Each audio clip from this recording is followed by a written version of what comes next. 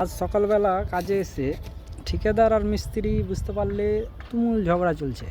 মানে একই রকম ঝগড়া, ওদের মনে হচ্ছে ঝগড়া থামবে না। কাল কাজ একটু কম হয়েছে, ওই জন্য ঠিকাদার মিস্ত্রি প্রচুর ঝগড়া করছে।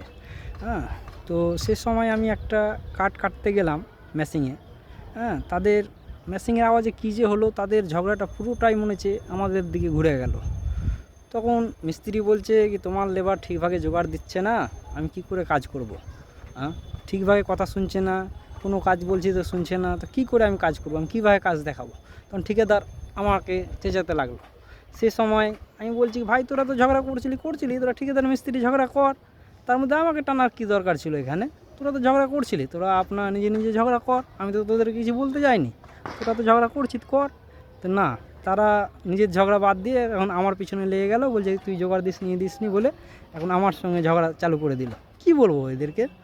তারা তো ঝগড়া করছে, করুক না, তারা তাদের ঝগড়া করে হচ্ছে না, আমাকে নিয়ে তারা পড়ে গেল।